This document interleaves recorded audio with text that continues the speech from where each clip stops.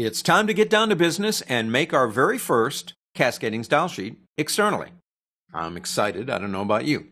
Start by making sure we are all in the classic workspace. I want you to go down into the Files tab right here, open up the Pages folder by clicking here and double-clicking on that bad boy, External HTML. A whole bunch of what? Boring paragraph text that will be changed and brought to life by our cascading style sheet. How do we get started here? We don't have to select anything. We can do it that way. We're going to do everything from scratch. We're going to come over to our CSS Styles panel, and we're going to click the new button right here. Click right here and tell the computer that you want to redefine an HTML element. We're going to start by redefining the H1 tag, not the P. So you have to click here and get back to H1. So you can kind of go up and down. There it is, H1. Telling me here selector name will apply. We don't have to change that text. But the big change, choose where your rule will be defined, not here. New style sheet file. Make sure you click that button. Now click OK. We need to give it a name. We'll call it main. I want to put it into this folder right here. That's part of our site. I do like to put these in a different folder. Doesn't really matter. I just like organization here. So we're going to make sure we select that before we click Save. This point forward, it's not any different what we're doing than if we were creating an internal, because all the styles and categories are all the same. This is an H1. Let's do a couple of things here. Let's go into our type, choose a font family that works with a heading, and that to me would be something sans serif. So let's go Arial. That's kind of boring. Let's use that. Our font size will be 36. Our font style, let's go normal. Our line height, normal. Our font weight, let's make bolder. Font variant, normal. Text transform, none. And the color we're going to use, let's use, say, just a lighter shade of gray here like that one. 666, that's pretty interesting. We'll leave that alone, but we're not done. I want you, now that we've got all of those things done, is go into background. And in background, we're going to change the background color. So select this button right here. And let's go into, again, a lighter shade of maybe a gray like that one right there. So it's a lighter gray for the background. Then we're going to go into something called block. And we're going into text indent. And we're going to indent the words so they indent off the left by 12 pixels. Click OK. Okay, we're just getting started. If I click here and open this up, there's our H1. But we need an H2. We need a body tag. We need several things inside that same document. How do we do this? Well, you want to come down here and click this button again. New. We want to change this to another tag. And this time it's going to be the H2 tag. So find H2.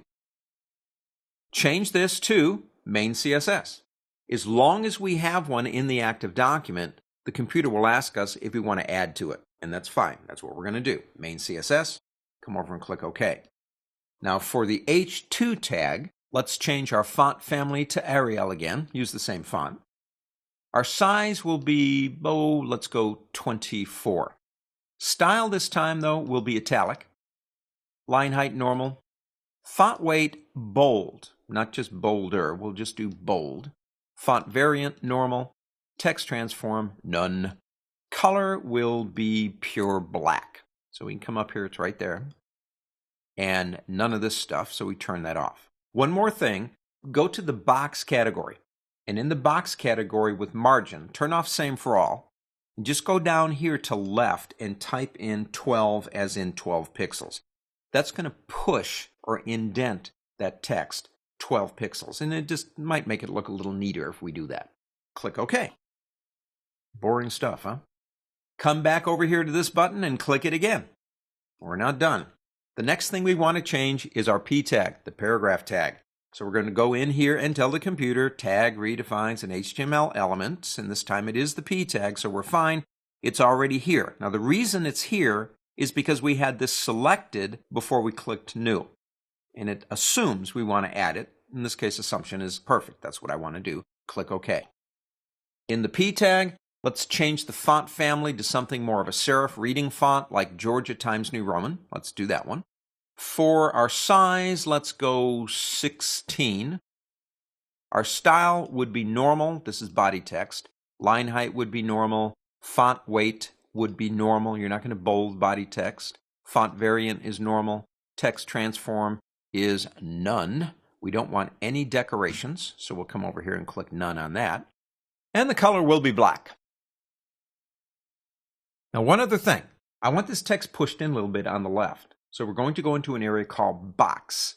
And in Box, what we're going to do is turn off Same for All and go to left and type in 12 pixels. That's going to push the text off to the left, and that's what I want, indented a little bit. Click OK. All right, we've modified the H1, the H2, and the P tag. We want to modify just one more tag. So we're going to come in here and click New again, but this time we want to modify the body tag. B-O-D-Y, body. So come in here and find body tag. As you can see, they are alphabetized. Come down here to body. Click OK. Again, we are in main CSS. See it down there? All right, what are we going to do here? I'm going into Box, and in margins, I'm going to say Same for All and type in 12. And think of it this way. It's going to push the whole body page off the edges by 12 pixels, top, bottom, left, and right.